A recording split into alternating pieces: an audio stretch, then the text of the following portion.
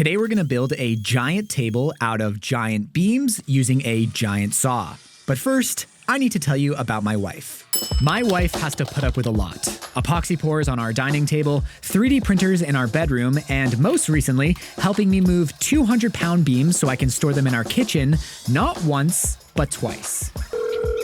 Hey, what's up? So I have a deal for you. Uh-oh. I got a really good thumbnail idea, which unfortunately involves moving one of the beams downstairs again. But here's the deal. Here's my deal. You know, I just have to say yes because I'm your wife. No, but I want to make it fair. Now, I had this whole elaborate plan. I was gonna bribe Eden with a nice dinner out at our favorite restaurant because after working a full 10-hour shift at her job, this was a pretty big ask, especially when the whole point was to take pictures of me in a smelly garbage room. Sure, sounds great. I would have done it for nothing, but yes. Yeah, but it's a lot of work, so. That's one of the things I love about Eden. She fully supports me. She never complains about epoxy on the kitchen table. She will happily spend an hour after work helping me with a thumbnail shoot next to a dumpster, but even she has her limits. And after 2 months of these giant chunks of wood squeezed into our tiny kitchen, she wasn't complaining Eden would never complain, but I could tell she wanted them gone. What? And I wanted to turn them into a beautiful piece of furniture. She just didn't know that I was building this piece of furniture for her. Now at this point, you might be wondering why I even have giant wooden beams in my apartment. Well, these aren't just any giant wooden beams. They are beautiful old-growth Douglas fir, given to me by Jenna Phipps. She's currently renovating an abandoned mid-century modern house. They had to remove these beams, and she was happy to give me as many as I could carry for free. This was incredibly generous. You pretty much can't buy old-growth wood anymore, since people, and I will say reasonably so, got a little upset about cutting down huge ancient trees. So this lumber is very sought after and expensive. It's got super tight grain, it's hard as a rock, and it has a certain rustic Pacific Northwest look that a lot of people love. So very nice wood, very generous of Jenna to give it to me, and I wanted to use some of it to build a furniture item for her house as a thank you.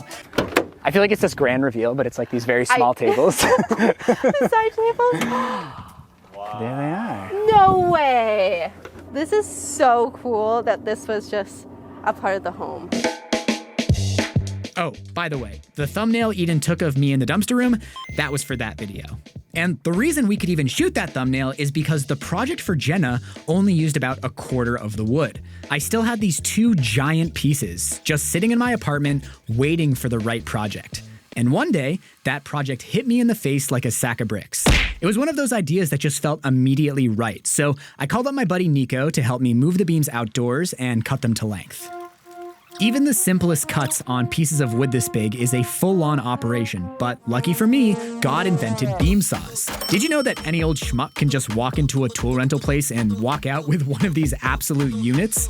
This baby has a 16-inch blade and an 1800-watt motor, which was no problem for the sponsor of today's video, the Ampace Andes 1500 portable power station. This bad boy can actually output 2400 watts of power continuously and 3600 watts on turbo mode. It has almost 1500 watt-hours of juice, which means it could run the beam saw continuously for almost an hour. If you're like me and you like to build stuff far away from power outlets, that can be a real game changer because a battery-powered circular saw is not getting through these beams.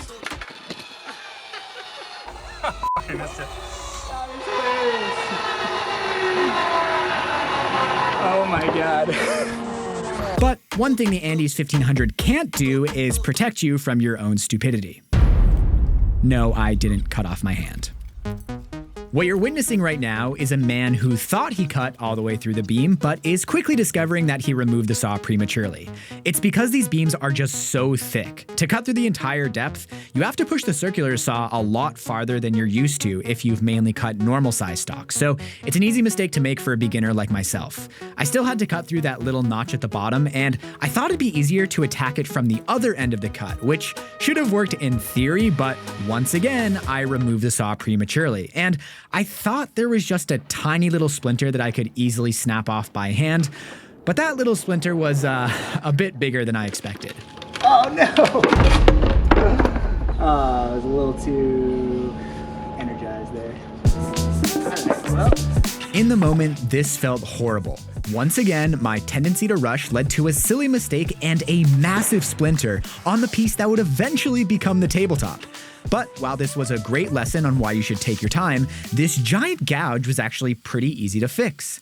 When wood splinters along the grain, as long as you can find all the pieces, you can just apply some glue, jigsaw piece everything back together, clamp it nice and tight, and this should be just as strong as the original.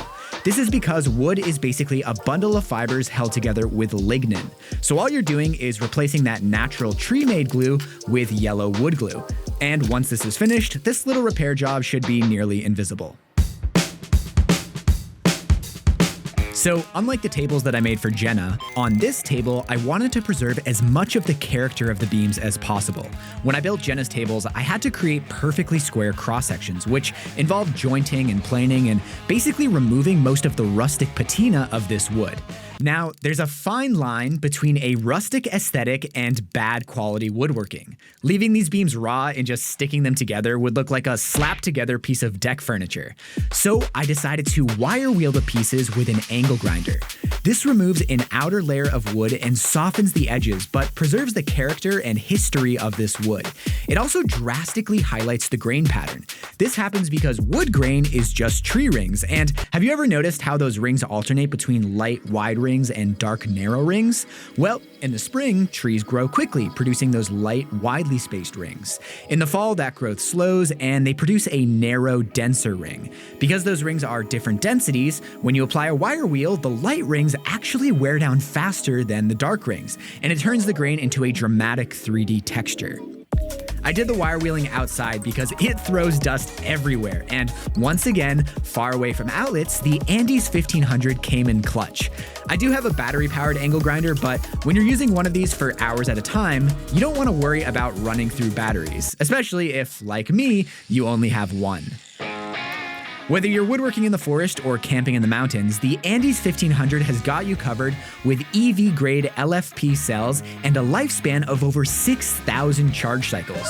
Check out the link in the description to learn more about this absolute beast of a portable power station. So I feel like I kind of glazed over the fact that I'm building this table for Eden as a surprise.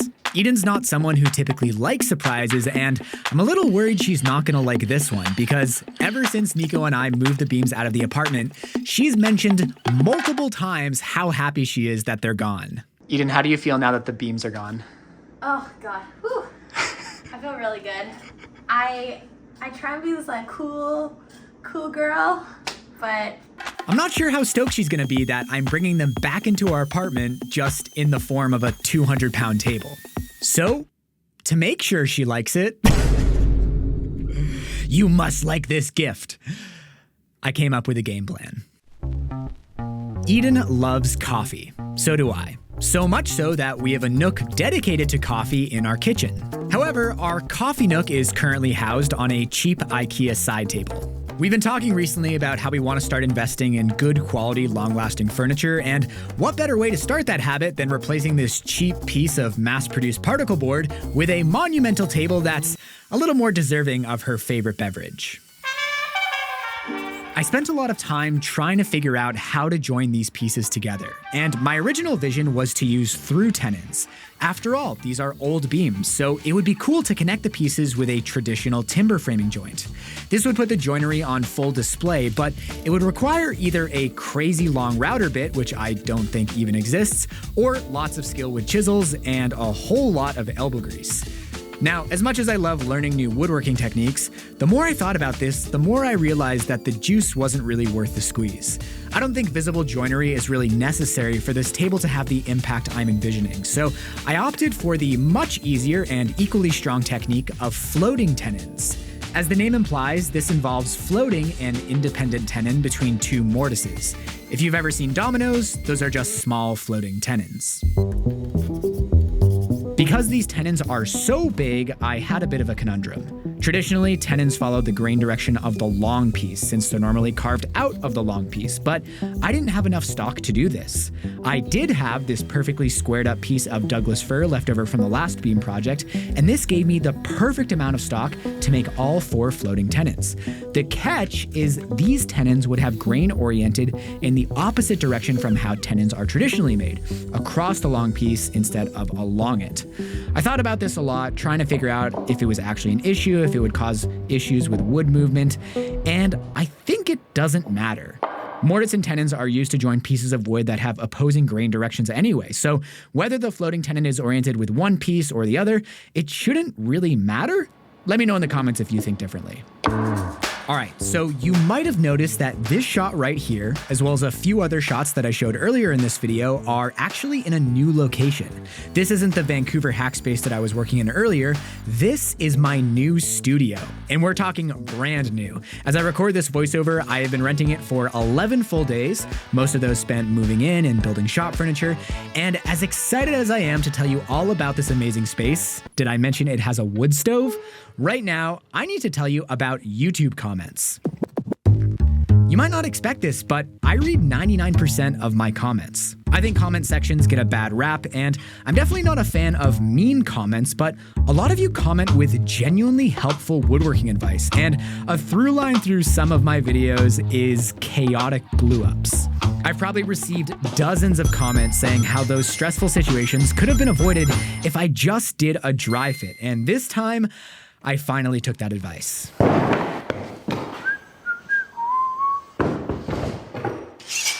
Clamping jigs, and another pipe clamp. These things rock. All right, I think we're ready to do this.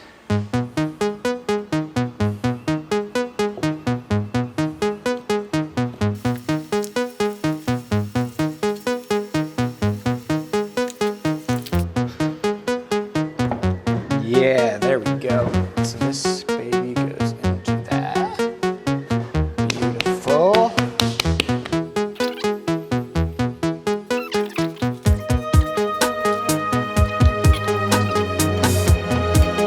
This went in so nicely yesterday. Actually, no, it didn't. It took a really long time to get it in. Oh, yes.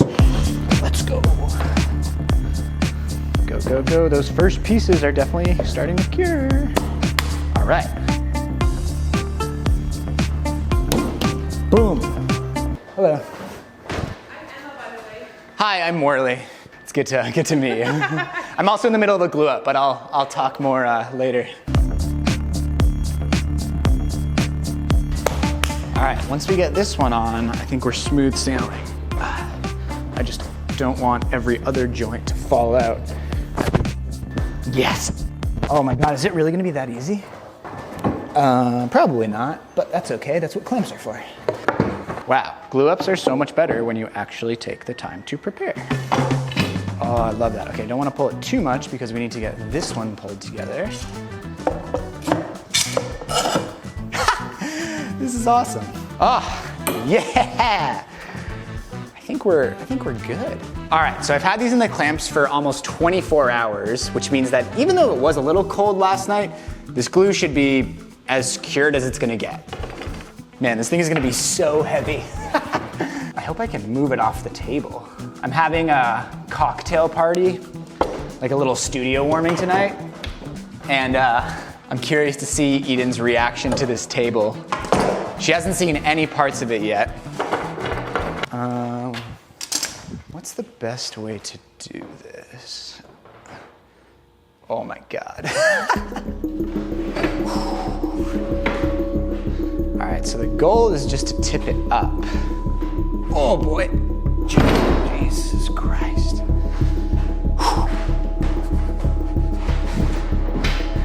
How about that? Oh, I haven't even seen it from the front. Let me take a look. Ooh, that is intense. All right, how's this to move? Okay, pivoting it is honestly not bad. It's just a matter of getting it off the table. Okay, so if I move it forward all the way, and then let's lay it down.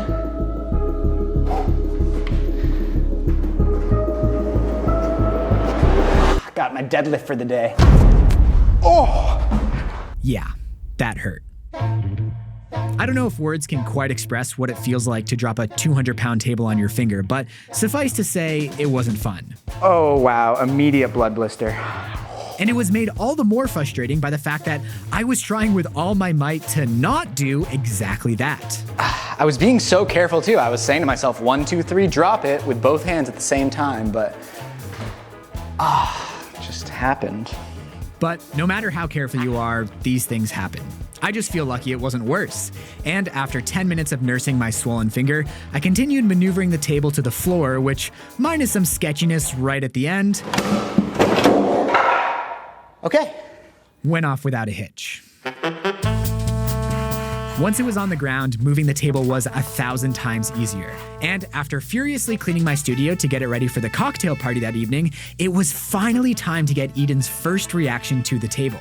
Keep in mind, the last time she saw this, it was beams in our living room, and she still thinks I'm selling this table once it's done. Wow! It's so clean. Woo! I like this. I want one of these. Looks so good in here. Thank you. Sweet. That looks awesome. Thank you. Thank you, Eden. Did you see this table? Whoa, where'd that come from? The beams. You made this? Yeah. Oh, LOL. Oh, that's awesome. Thank you. Wow. Is it staying here? Are you gonna sell it? I was planning on selling it, yeah, but I still have to finish it. Like, Yeah, it's it not. looks not quite finished. Yeah.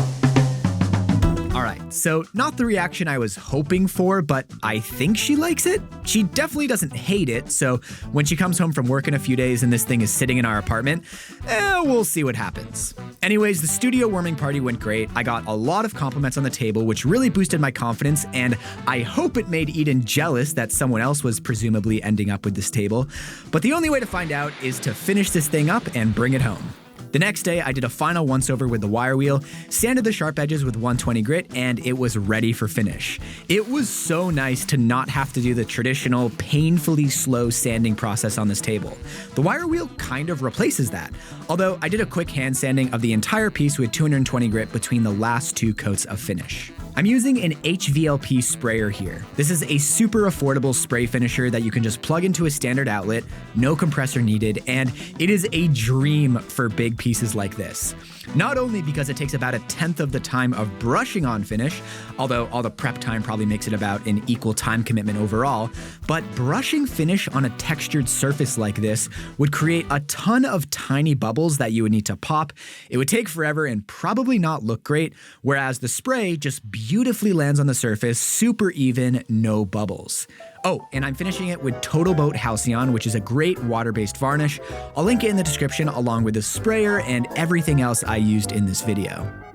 My parents happened to be in town just in time to secretly move this giant table into my apartment while Eden was oblivious at work, and I gotta say, even though we're not living full-time in the van anymore, it is so nice to have for moving big woodworking projects like this. We cleared out the old cheap table, moved in the new table, and it looked so good. My mom's interior design skills came in clutch for staging the coffee nook, and I would say you should hire Kathy Kurt Interiors to design your house, but sorry folks, she recently retired. And with that, there was nothing left to do but hide the camera and wait for Eden to get home from work. Hello. Hi. I'm reading your Ogonblick cookbook. Oh, nice. Yeah. Oh, that's for the sumac. Well, I'll use from there. So cool. Yeah. What did you guys get up to today? We did a lot. We had a busy day. I taught them how to use the table saw. Ooh. You make me some coffee. Some coffee? Maybe some coffee. Sure. Do you want decaf or regular? Regular. Do you want a coffee or an espresso martini? I'll have a coffee. Yeah, we did that. I'm really We went to a thirsty Mac. for coffee. We went to Mac. Okay. Oh! Hello! Surprise! Surprise! Surprise! I don't really want The whole time it was gonna be here. Wait, you're standing in front of the camera. Oh, hi! Wow. Wow. It's perfect. You told me you were gonna do this. I just forgot. No, I didn't. This was a surprise all along. Oh, surprise! Okay, so I might have told Eden that I was thinking about building a table for our coffee nook weeks ago when I was trying to figure out what to do with the beams.